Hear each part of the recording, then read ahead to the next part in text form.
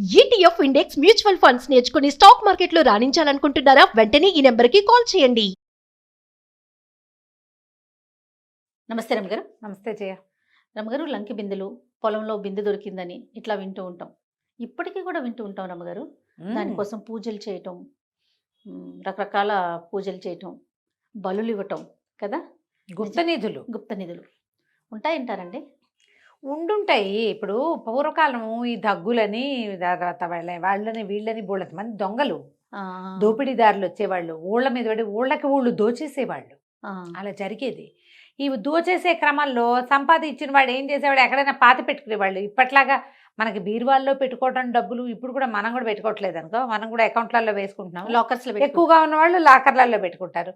కానీ మనం ఇటీవల జరిగిన దొంగతనాల్లో క్యాష్ 10 లక్షలు పోయింది, 8 లక్షలు పోయింది, 7 లక్షలు పోయింది, ఇంత బంగారం పోయింది, పెళ్ళికో దేనికో తీసాం బంగారం అంతా పోయింది, ఇలా కనపడతాయి. అవునవును. కానీ జనరల్గా మనకి ఇప్పుడు ఏం అవకాశాలున్నాయి, లాకర్లలో గోల్డ్ పెట్టుకోవచ్చు, క్యాష్ అకౌంట్లలో సర్దేయచ్చు. బ్లాక్ అయితే ఉంటుంది. ఆ బ్లాక్ కూడా ఎవరికైనా సులువుగా దొరికేలాగా ఎవరైనా పెట్టుకుంటారంటే నమ్మగలం. అస్సలు బ్లాక్లు కాదు పాపం, ఎవరికైనా అడ్వాన్స్ ఇవ్వడానికో, ఏదైనా కొనుక్కోవడానికో, పిల్లలకి కాలేజీ ఫీజులకో తెచ్చి పెట్టుకున్న డబ్బులు పోతాయి. అవును.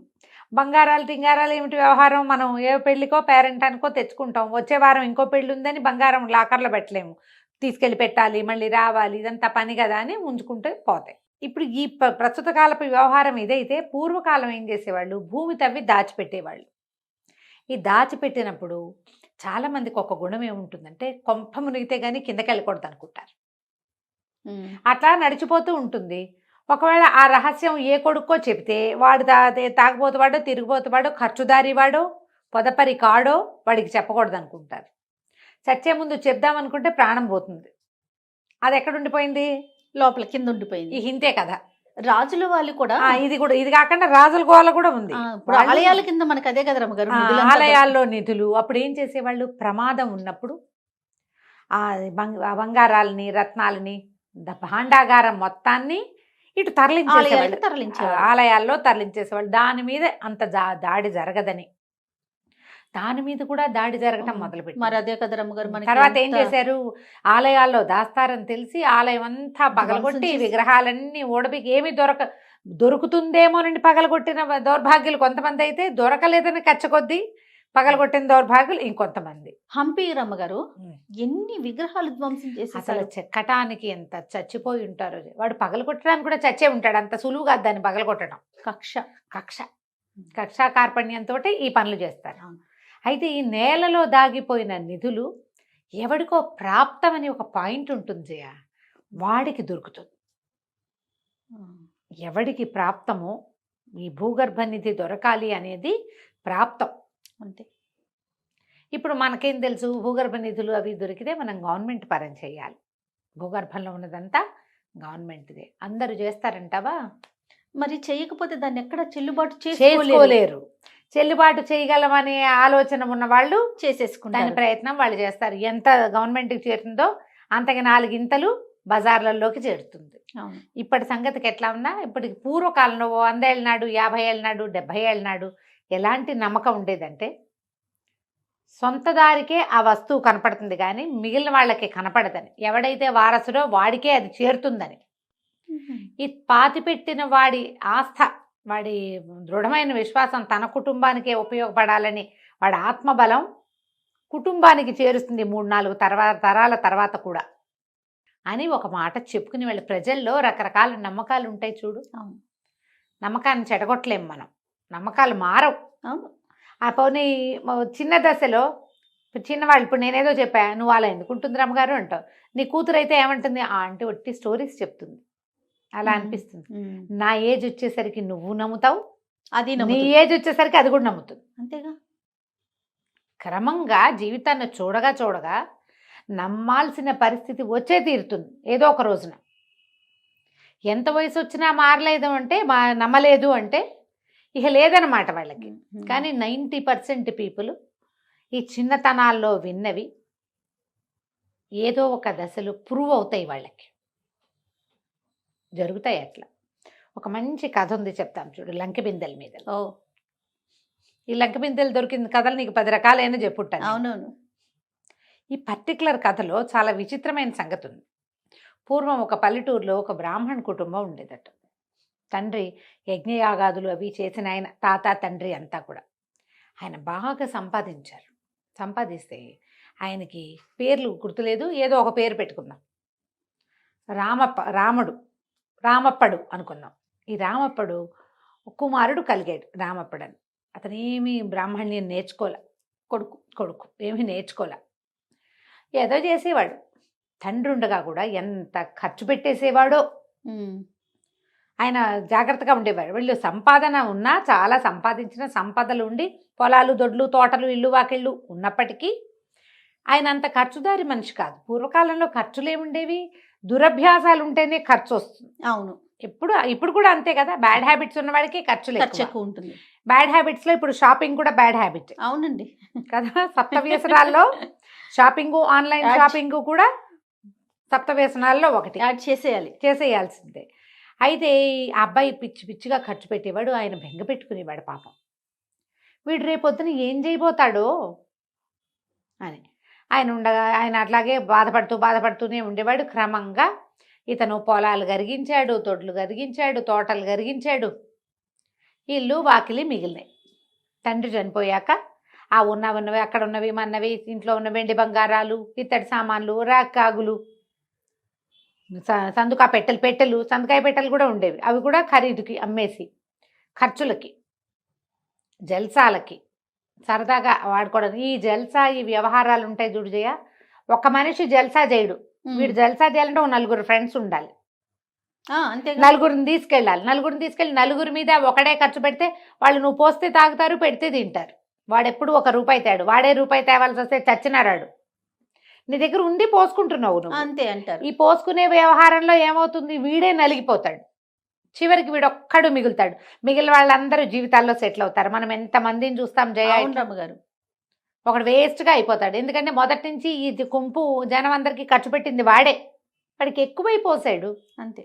అయితే ఇతను ఏం చేశాడు, అట్లా జల్సాల మీద ఖర్చులు పెట్టి పెట్టి పెట్టి పెట్టి మొత్తం ఒకటేసాడు. ఇల్లు ఒక్కటే మిగిలింది. శెట్టిగారి కొట్లో నుంచి సరుకులు తెచ్చుకునేవాడు.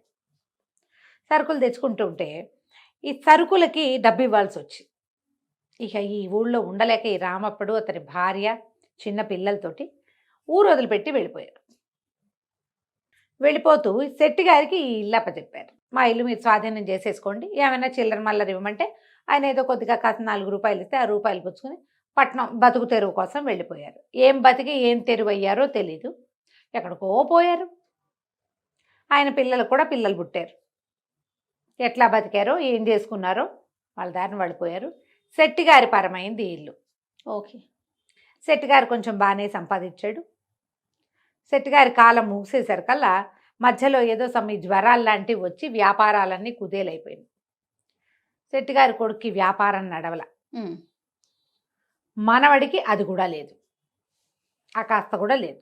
అయితే మనవడు మాత్రం రాఘవుడు బుద్ధిమంతుడు. అతను ఏమనుకున్నాడు, ఈ ఇల్లు దొడ్డి ఇంతున్నాయి,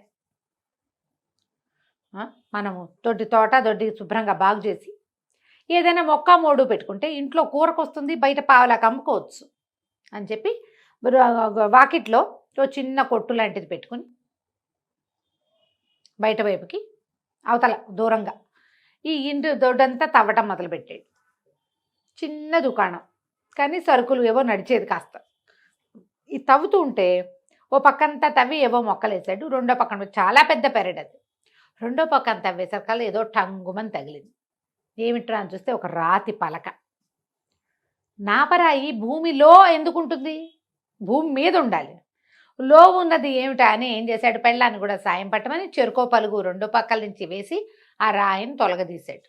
తొలగదీస్తే 2 బిందెలు దొరికినాయి. అయితే ఈ బిందెలు, అయ్య బాబా ఇంకేముంది, ఏదో ఉండుంటుంది ఇందులో.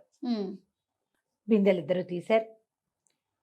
నీళ్లు పోసి శుభ్రంగా అక్కడిగా దండాలు, కుంకాలు గింకాలు, బొట్లు బోనాలు అన్నీ పెట్టారు. వాటికి అందరికీ చెప్పలా, పోనీలే తెలివిగా అంతా ఊడదీస్తే తేళ్ళు జర్రులు ఉన్నాయి అందులో. అయ్యో, రెండిట్లోనూ మూసేశారు. నిర్ఘాంతపోయారు. అయ్యో రామా, మన కర్మం ఏమిటండి, వాడెవడో దాచిన దౌర్భాగ్యుడు తేళ్ళు జర్రులు పెట్టి ఎట్టా దాచాడు. అనేసరికి వాడు పొద్దు నుంచి సాయంత్రం దాకా ఆలోచించి సాయంత్రం అన్నాడు భార్యతోటి, "ఒసే అవి తేళ్ళు జర్లు కాదే, బంగారమే, నగో నాణ్యమో అది, మనకు కనపట్టల్లా. ఎందుకంటే దీనికి వారసులం మనం కాదు. మనం ఏమనుకున్నాం, దొరకగానే మన బుద్ధికి మనకేమనిపించింది, అమ్మయ్య ఇదేదో దొరికింది బతికేస్తాం అనుకున్నాం. మన ఐడియా వల్లే వీటి అయిపోయింది. అసలైన వాడెవడో వాడికి కనపడతాయి, వారసుడైన వాడికే ఈ బంగారపు వస్తువు కనపడుతుంది. ఇప్పుడు అసలు వారసులు ఎవరు ఇతనికి తెలుసు. తన తాత ఎవరి దగ్గర, బ్రాహ్మడి దగ్గర ఈ ఇల్లు తీసుకున్నాడు. ఆ బ్రాహ్మణ ఆయన ఏనాడో పోయాడు, ఓకే, ఊరు వదిలిపెట్టి వెళ్ళిపోయారు. వాళ్ళు ఎవరో మనకు తెలియదు, ఈ ఊళ్ళో లేరు. ఈ ఊళ్ళో వాళ్ళని వెళ్ళి కొంచెం ఆరా తీసాడు. ఆయన రామప్పడు ఎక్కడికి వెళ్ళాడో ఎవరికి తెలియదు. ఎప్పుడో బస్తీలో కనపడ్డారని ఎవరో ఒక తాత అన్నాడు, కానీ ఏనాటి కథ అది, 50 సంవత్సరాలు పైనే గడిచిపోయింది. ఓకే, ఇప్పుడు ఎట్లా ఇది చేయటం? సరే, ఈయన ఏమన్నాడు, బిందెలు 2 బయట పెట్టుకుందాం, ఓ పని చేద్దాం, 2 తేళ్లని 4 తేళ్లను దుకాణంలో వేళ్లాడగడదాం. ఎవడికి అది బంగారంగా కనపడుతుందో వాడే నిజమైన వారసుడు. ఎవరికి చూపించినా తేళ్లుగానే ఉన్నాయి అవి. ఈ బిందెల మాట చెప్పలే వీళ్ళు. ఆ బిందెల నుంచి తేళ్ళు, ఈ బిందెల నుంచి జరులు తీశారు. తోకలకి తాళ్ళు కట్టి తీసుకెళ్ళి దుకాణంలో ఇట వేళ్లాడేస్తే వచ్చిన వాళ్ళంతా చూసి, ఏమిట్రా తేళ్ళు వేళ్లాడు కట్టావు అని అడిగేవాళ్ళు. సచిన్ తేలు అది బతికి లేదు, వీడు తాడు కట్టేస్తే చచ్చిపోయింది, కానీ తేలుగానే ఉంది. ఇతను ఏం చెప్పేవాడు, తేలంటే లక్ష్మీదేవి కదా, జర్రన్న లక్ష్మీదేవి, తేలన్నా జర్రన్న. ఊళ్ళల్లో చెప్పుకుంటారు జయ, తేలైతే కొట్టేస్తారు, జర్రిని కొట్టరు. చీపురు పెట్టి పసుపు కుంకుమ వేసి చీపురుతో తోసేస్తారు. జర్రి ఇంట్లో కనపడిందంటే లక్ష్మి ఆగమనం ఉందని నమ్ముతారు ఊళ్ళలో. ఎప్పుడైనా విన్నావు నువ్వు? వినలేదు రమ్మగారు. వినలేదా? జర్రి వస్తే కొట్టకూడదంటారు, దాన్ని తోసేయాలి, పసుపు వేసుకుంటారు అక్కడ. చిన్నప్పుడు రాళ్ళతో కొట్టి చంపేసేదాన్ని రమ్మగారు. నువ్వా దేవుడా, మీరు చెప్పగా ఎంత పని చేశాను, బోళ్ళని లక్ష్మీదేవులు పంపించేశాను, బోళ్ళంత మందిని కొట్టి చంపేదాన్ని. కుడతాయి కదా జయ అవి, అందుకని మేము కూడా కొట్టేవాళ్ళం. మీరు కూడా కుట్టేవాళ్ళ? అమ్మాయి ఓకే, జర్రి కుడితే చాలా కష్టం అమ్మా. అవును, మా అత్తారింట్లో ఈ నమ్మకం ఉంది. అండ్ మా వివాహం అయిన 2-3 ఏళ్ళకి అనుకుంటా, 2 ఏళ్ళకో 3 ఏళ్ళకో జర్రి కనపడింది మా ఇంట్లో. కనపడితే ఒక పేషెంట్ ఆంటీ, మాకు బాగా ఫ్రెండ్సే వాళ్ళు, వాళ్ళ పిల్లలు బందర్లోనే ఇంజనీరింగ్ అది చదువుకున్నారు, క్లోజ్ ఫ్రెండ్స్, ఫ్యామిలీ ఫ్రెండ్స్. ఆవిడ, అమ్మో జర్రి అని నేను చీపురు పట్టడానికి వెళ్తే, రమా అట్లా చేయకూడదు, ఉండు, అప్పటికి నేను ప్రెగ్నెంట్ కూడా, ఉండు అని దాన్ని తోసేసి చిట్కటి పసుపు పట్రా అని చల్లిచ్చారు. అన్నపూర్ణ అంటే ఈ మధ్య కాలం చేశారు. లక్ష్మీదేవిట కొట్టకూడదు అన్నారు. ఎప్పుడో మామగారికి చెప్తే మామగారు కూడా అలాగే అన్నారు, కొట్టకే అట్లా తప్పు, ఏమిటో అలా అంటారు, తోసేస్తే దాని దారిని అది పోతుంది, మనం ఎందుకు కొట్టడం, లేనిపోని పాపాలు అన్నారు. ఏమో పాపం ఏమో తెలీదు, మేము కూడా చేసాం అలాంటి. అమ్మయ్య, మీరు చెప్పగానే అసలు మరి లక్ష్మీదేవి కదా రమ్మగారు. అవును, ఎవరి ఊళ్ళలో వాళ్ళ నమ్మకాలు అలా ఉంటాయి. ఈ కట్టినవి కూడా అలాగే ఉండేవి. ఎవ్వరూ దాన్ని తేలుగా తప్పిస్తే ఇంకోలాగా చూడలే, ఎవరికి కనిపించే. ఎన్నాళ్ళో గడిస్తే ఒక కుర్రాడు వచ్చాడు ఒకరోజు, వచ్చి కొట్లో ఏదో కొనుక్కుని చూసి, ఏంటండి బంగారపు వస్తువులు వెళ్ళాడేశారు, మీకు అంత ఎక్కువ ఉందా అని అడిగాడు. అంత ఎక్కువ ఉంటే మా బొట్టి వాళ్ళకి ఇవ్వచ్చుగా దానం అనగానే నిర్కాంతపేడు, బాబు ఏ ఊరండి మీది అన్నాడు. ఏ ఊరంటే పక్కనున్న పట్టణం అన్నాడు. మీ నాన్న పేరేంటి, మీ తాత పేరేంటి, మీరు ఏ ఊరు వాళ్ళు, అవన్నీ కనుక్కుని తట్టింది. పేరు వినేశారు కదా, రామప్పడి పేరు అని వినంగానే గుర్తొచ్చింది. బాబు మీది ఈ ఊరే కదా, ఎప్పుడోట మా తాతల నాడు, మేమెప్పుడూ రాలేదు, ఏదో పని వెతుక్కుంటూ వచ్చాను, ఏదైనా గుమాస్తా పని ఏమైనా దొరుకుతుందేమో నేను వచ్చాను, మా నాన్న వచ్చినప్పుడే ఈ ఊరి నుంచి వెళ్ళిపోయారు వాళ్ళు, మా తాత వాళ్ళు, ఆయన ఎప్పుడో చెప్పేవాడు కానీ అది కాదనేసరికల్లా కొంచెం చేతులు పుచ్చుకున్నాడు, బాబు లోపలికి రండి మీతో పని ఉందని శెట్టి గారు ఈ వచ్చిన కుర్రాన్ని లోపలి తీసుకెళ్ళి, అయ్యా మీ ఇల్లేనండి ఇది మీ ఇల్లే, మరి మాతో పాటు ఉండండి, మరి నా కోరిక ఒకటి తీర్చండి అనేసరికల్లా సరేనన్నాడు. లోపల తీసుకెళ్ళి ఆ 2 బిందెలు చూపించాడు. ఉహు. చూపించి మూతలు తీస్తే ఏంటి ఇంత బంగారమా అన్నాడు కుర్రాడు. అనగానే చూసావా బాబు, నువ్వు నిజమైన వారసుడివి, నీకు ఇట కనపడింది. మేము ఇది ఎన్నాళ్ల క్రితమో మాకు దొరికినాయి. మాకు తెల్లును. మాకు తేళ్ళు జెర్లు కనపడితే అక్కడ వేళ్లాడేశాను తేళ్లని జెర్లని. ఎవరైనా చూసి ఇది బంగారం అని పసిగడితే కనపడితే, బంగారంగా కనపడితే వాడే నిజమైన వారసుడని దేవుడికి దండం పెట్టుకుని వేళ్లాడేసి పెట్టుకున్నాను నాయన. ఉమ్. మీ 2 బిందెలు మీరు తీసుకోండి. మీ బిందెలు ఇవి మా దగ్గర వద్దు. మీకు అప్పచెప్పిన పుణ్యం ఏదైనా ఉంటే అది నాకు దక్కుతుంది నాయన. మీరు చెడిపోయారు, సంసారం అంతా నేలపాలైపోయింది, తీసుకోండి అన్నాడు. కుర్రాడు పిచ్చి పిచ్చిగా ఆశ్చర్యపోయాడు. నాకు దక్కపోయినా పర్వాలా, పక్కవాడికి దక్కకూడదు అనుకుంటారు. తేళ్ళు జెర్లు అని తెలుసుకుని ఆ బిందెల్ని తీసుకెళ్ళి ఎక్కడైనా ఏ నదిలోనో చెరువులోనో ముంచేయకుండా దాచి వారసుడు కోసం ఉండి వాళ్ళకి అప్పచెప్తే మేము బాగుపడతామని నమ్మేవు. నువ్వు ఎక్కడ వాడిపోయి భలే వాడివి అని చాలా సంతోషించి, అయితే సరే తీసుకుంటా, అవి నాకు ఇచ్చి. అయితే నాకు 2 బిందెలు లభించినందుకు ఒక బిందెని నేను దానం చేద్దాం అనుకుంటున్నా. దానం పట్టు నా దగ్గర నువ్వు.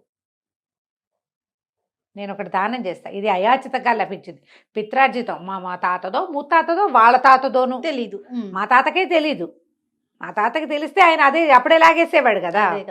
అనేసరికల్లా సరే వీళ్ళు ఆయనే ఇస్తానంటున్నాడుగా, అట్లాగే బాబు మీరు మంత్రం చెప్పి దానం ఇవ్వండి అన్నారు. మంత్రం చెప్పి దానం ఇచ్చాడు. తర్వాత ఈ శెట్టి గారు భార్య ఇద్దరు భయంగా బిందె తెరిచి చూస్తే అందులో బంగారు కణికలే ఉన్నాయి. న్యాయంగా తీసుకున్నందుకు బంగారం లభించింది. ఈ కాలంలో చెల్లుతుందా ఈ కథ? అస్సలు కదా. ఈ కాలంలో నాకు దక్కపోతే ఎవరికీ దక్కకూడదు. మనుషులు కూడా చంపి తగలబడుతున్నారు ఇప్పుడు. మరి అంతే కదండి. నాకు దక్కది ఈ అమ్మాయి, ఇంకోటి దక్కకూడదు, నాకు దక్కని అబ్బాయి కూడా ఎవరికి దక్కకూడదు అనే ఫీలింగులు వచ్చినాయి. ఆస్తి అంతే, బంగారం అంతే, డబ్బు అంతే, ప్రతిదీ అంతే. నాకు పుట్టలేదు పిల్లలు, దీనికి ఎందుకు పుట్టాలి, ఇలాంటి భావాలు కూడా వచ్చినాయి, చూస్తున్నాం. అవి వచ్చినాయి. అదొక పాయింట్. అయితే ఇది మీదే తీసుకోండి అని ఇస్తే కొంచెం వెనక్కిద్దామనుకునేవాడు ఎక్కడైనా ఉన్నాడా లోకంలో? అస్సలు లేదు, అది లేదు. అసలు వారసుడికే దక్కాలన్న నియమం అస్సలు లేదు. ఇప్పుడు కాలం మారిపోయింది కదా, పూర్తిగా మారినా కూడా ఇలాంటి లంకెబిందెల కథలు వింటే ఇందులో ఒక నీతి సూత్రం ఉంది. ఏ వస్తువైనా దాని ఓనర్ ఎవడో వాడికి అప్పచెప్పాలి. అది మంచిది, అదొక పాజిటివ్ వైబ్ అంతే. దానికోసమని ఈ కథ చెప్పుకుంటున్నాం. కథ కంచికి మనం ఇంటికి. చాలా చాలా బాగుంది రమ్మ గారు.